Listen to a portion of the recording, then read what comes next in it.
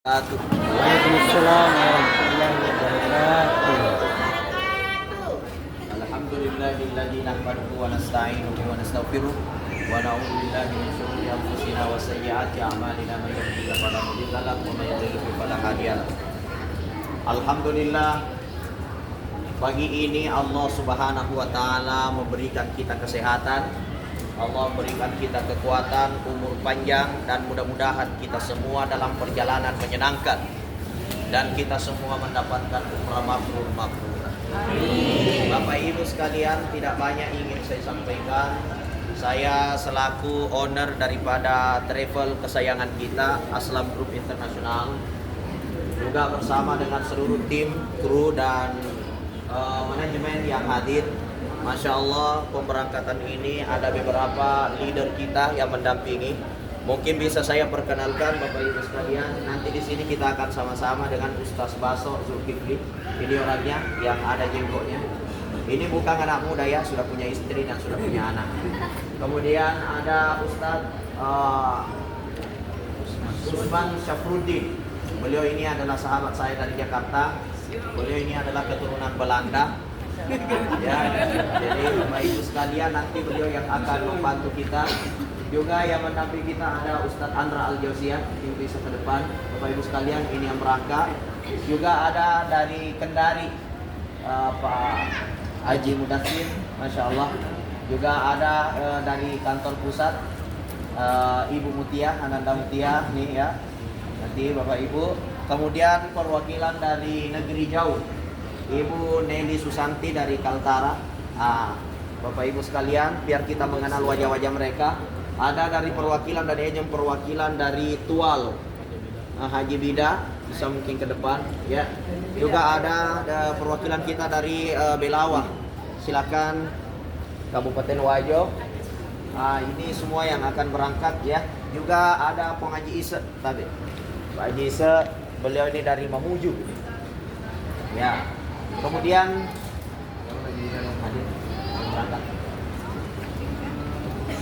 ya, ada ya Bapak dari mana? suami istri berangkat, Masya Allah.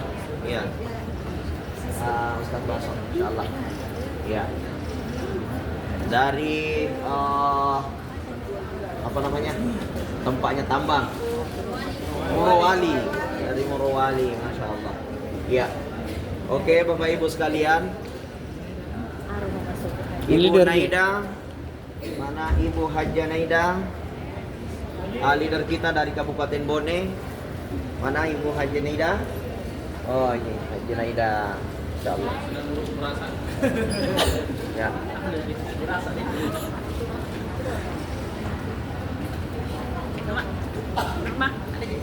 Ibu Darmawati, mana Ibu Darmawati?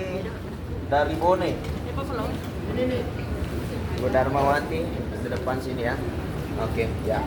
Bapak Ibu sekalian, 1 2 3 4 5 6 7 8 9 10 11 12. Bapak Ibu sekalian, juga. Lagi bersama dengan Pengaji dari Mamuju. Ya. Jadi Bapak Ibu sekalian yang ada di depan kita ini, wajah-wajahnya boleh kita kenali. Jadi kalau ada keperluan-keperluan kita selama di Tanah Suci, kita bisa konsultasi sama mereka, ya. Kita bisa bertanya kepada mereka. Dan Bapak Ibu sekalian, kita sudah bagi busnya. Jadi Bapak Ibu sekalian, jangan nanti salah bus. Nanti kita turun di Jeddah, bus itu sudah dibagi. Jadi sesuai dengan nomor bus itu yang kita naiki. Kalau tidak tahu nomor bus tanya yang di depan ini, ya. Karena ini sudah berbagi bus yang akan dinaiki.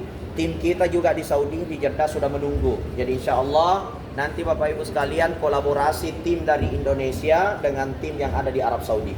Bapak Ibu sekalian, yang ingin saya pesankan, pertama Bapak Ibu sekalian, luruskan niat. Dalam perjalanan ibadah itu, kalau niat masalah, semua masalah. Salah sedikit saja kiri-kiri sih. Salah sedikit saja manoko sih. Hanya perbedaan karakter bisa menyebabkan tidak nyaman perjalanan tak. Contoh, satu kamar satu orang suka pakai AC, satu tidak suka pakai AC, kadang bertengkar. Yang satu karena mau pakai AC, akhirnya dia hidupkan AC terlalu dingin. Yang satu tidak suka, kalau tidur yang satu bangun matikan AC. Ya, sudah dimatikan, bangun lagi yang satu kasih hidup. Sudah dikasih hidup, bangun lagi yang satu matikan. Akhirnya bertengkar, tidak baku omong sampai pulang. Jadi dari umrah tapi baku benci pulang dari umrah. Jadi Bapak Ibu sekalian harus saling mengerti. Kalau yang satu suka pakai AC, kurangi dinginnya. Yang tidak suka pakai AC, masuk di bawah rosbah. Jadi selesai urusan. Nah, jadi Bapak Ibu sekalian, agar kita saling mengerti, kita semua satu tubuh, satu bahasa. Artinya apa? Artinya kita ini adalah satu rasa. Jangan ki baku bombe-bombe, apalagi sampai orang-orang yang suka mencela. Masuk di hotel, nadiai makanan kurang enak, jelek memang ini makanan, hati-hati ki Bu. Rasulullah SAW melaknat orang-orang yang mencela makanan, apalagi makanan yang ada di luar tanah haram. Jadi kalau kita masuk di tanah haram, kata Nabi, ad-daraini hada barakah. Dua tanah haram ini adalah tanah keberkahan. Jadi Bapak Ibu sekalian, semua yang ada di tanah Makkah Madinah itu diberkahi. Jadi apapun yang kita makan, kalau diniatkan jadi obat, insya Allah jadi obat. Tapi kalau kita makan buah, bilang kecut mi buahnya jelek mi, akhirnya jadi kanker usus, jadi penyakit. Kenapa? Karena kita mencela makanan yang ada di kota Rasulullah SAW. Jadi Bapak Ibu sekalian, apa yang kita dapatkan mungkin itu ujian tak. Yang kedua Bapak Ibu sekalian, jangan banding-bandingkan Aslam Group dengan travel lain. Siapa tahu pernah barang ke umrah sebelumnya, kita bilang, tidak bagus ini travel, bagus itu dulu ku pergi begini. Akhirnya umrah tidak nyaman. Kenapa? Karena yang namanya ujian itu di travel manapun beda-beda. Bisa saja di sana ki dulu bagus, di sini tidak bagus, dan bisa saja di sini ki bagus, dulu tidak bagus. Artinya apa? Tidak ada yang punya keinginan membuat kita tidak merasa enak dalam perjalanan ibadah. Itulah tadi yang dikatakan oleh Ustaz Misbah, ana uridu wa anta turidu wallahu yaf'alu ma yurid. Orang travel ini punya keinginan, Bapak Ibu punya keinginan, tapi keinginannya Allah yang berlaku. Jadi apa yang menimpa kita itu ujian tak. Makanya Bapak Ibu sekalian, jaga kesehatan tak, jaga niat tak, jaga prasangka tak. Itu yang kedua. Jadi usahakan ki saling pengertian dan jaga prasangka. Karakter orang berbeda-beda. Ada orang yang sedikit rantasa. Tahu rantasa Bu? Ya? Sedikit rantasa. Nah, buka celana dalamnya, simpan di atas koperta. Mau diangkat bukan punya tak, tidak diangkat koperta na tempati. Jadi Bapak Ibu sekalian, saling pengertian ki. Karena memang orang beda-beda karakter. Ada tuh orang kalau tidur kadang mengganggu. Karena kenapa? Suaranya besar. Itu biasa terjadi. Jadi yang suka ngorok tidak ada masalah. Yang penting mengerti kita, tahan sedikit. Yang tidak yang terganggu kalau ada ngorok, tutup mami taningata.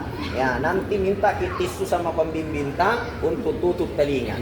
Ya, artinya saling pengertian ki, jangan saling mencela bilang, ngorok ini. Akhirnya ibadah tidak lancar. Kenapa? Pergi jadi tanah Makkah gosip. Bapak Ibu sekalian, di dalam satu hadis Rasulullah katakan, al-qiblatu fi qalbika. Sesungguhnya kiblat yang sesungguhnya ada di dalam hatimu. Artinya apa? Namun lo kaki sapu Baitullah, ia kumajemma niatie manokonoko atie depa na runtuk Baitullah yang sebenarnya.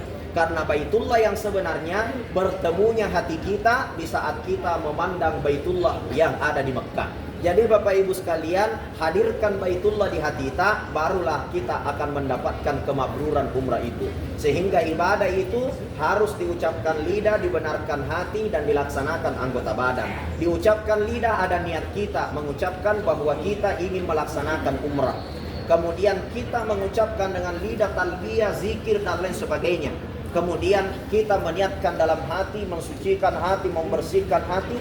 Mudah-mudahan umrah ini menggugurkan dosa-dosa saya. Dengan umrah ini Allah masukkan saya ke dalam surga. Dengan umrah ini Allah lancarkan rezeki saya. Doa yang baik-baik. Kemudian setelah kita sampai di sana ada perbuatan, yaitu kita tawaf, kita sa'i, capek ki. Pasti kumatakoni banyak bisa kita bilang. Terbang ki lama di pesawat. Menunggu lagi bus di Jeddah, naik lagi di bus, salah bus lagi, jalan lagi bus, macet jalan, sampai di Jeddah pembagian hotel lama dikasih kuncinya, tidak bagus memang ini travel. Biar kunci susah pun bagi. Jangan makin manoko-noko bu. Sabar ki. Kalau lambat ini bagi kunci, kita hibur diri kita. Ya, selfie maki apa? Biar bahagia ki. Jadi Bapak Ibu sekalian, terakhir saya berpesan, mudah-mudahan kita semua perjalanan tak mendapatkan umrah mabrur. Orang-orang tua kita perhatikan, jangan ki mengatakan ada orang tua, tolong kak dulu, tak memakai melo kalau masjid terlambat kak matu, jangan gitu. Lebih baik kita terlambat ke masjid demi menolong orang tua daripada kita cepat ke masjid tapi kita mengsolimi orang tua. Kenapa? Pahala menolong itu 70 kali lipat dibandingkan sholat di Masjid Nabawi. 70 kali lipat daripada sholat di Masjidil Haram. Kenapa? Karena ada wa ta'awanu 'alal birri wat taqwa wa la ta'awanu 'alal ismi wal 'udwan.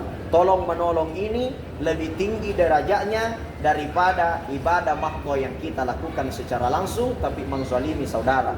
Kita pernah mendengar kisahnya salah seorang waliullah ya, namanya Abu Yazid Al-Bustami. 40 rakaat sholat tahajudnya, tapi dia mengabaikan semua orang-orang di sekitarnya.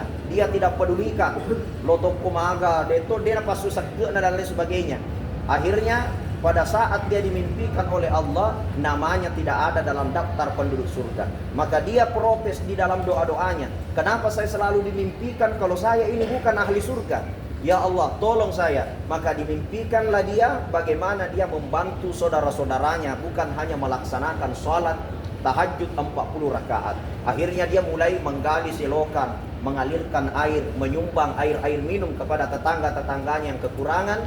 Akhirnya dimimpikan oleh Allah, dia adalah penduduk surga, bukan hanya penduduk biasa, tapi penduduk VIP, penduduk diistimewakan oleh Allah Subhanahu wa Ta'ala. Jadi ibadat Bapak Ibu sekalian yang terpenting adalah ibadah sosial. Kalau masuk di rauda ada tong itu orang nasiku, orang kiri kanan, leseko, melo kama sempaja. Itu jangan di rauda bu, kasih ke orang tempat di dekat. Kalau perlu taruh kina tendre. Kenapa? Karena semakin kita berlapang-lapang, pahalanya disitulah Allah lihat. Allah melihat pahala atas dasar perjuangan. Salat subuh saja Nabi katakan rakataini qabla al-fajri khairum minad dunya wa ma fiha. 2 rakaat sebelum sholat subuh lebih baik daripada dunia beserta isinya. Kenapa? Karena sholat subuh penuh dengan perjuangan untuk kita lakukan. Artinya di mana ada perjuangan keras, perjuangan untuk melaksanakan ibadah, disitulah nilai pahala Allah Subhanahu wa Ta'ala simpan. Jadi Bapak Ibu sekalian, selama maneki melaksanakan ibadah umroh, kita kenali orang-orang di depan kita yang akan berangkat. Mudah-mudahan perjalanan kita dilancarkan oleh Allah Subhanahu wa Ta'ala. Billahi taufiq was sa'adah, hadanallahu wa iyyakum. Allahumma la sahla illa ma ja'altahu sahla. Bismillahilladzi la yadurru ma'asmihi syai'un fil ardi wa la fis sama'i wa huwas samiul 'alim. Allahumma shalli wa sallim ala sayyidina Muhammadin alfa salatin wa salamin 'alaika ya Rasulullah. Asbahna wa asbahal mulku lillah walhamdulillahi la syarika lak wa lakal hamdu wa lakal syukr. Allahumma inna na'udzubika min kulli bala'in wal waba. Allahumma ja'alna hayatuna barakah. Allahumma ja'alna imanan qa'ima. Wa sallallahu ala khairi khalqillah. Wa sallallahu ala khairi khalqi sayyidina Muhammadin walhamdulillahi rabbil alamin. Assalamualaikum warahmatullahi wabarakatuh.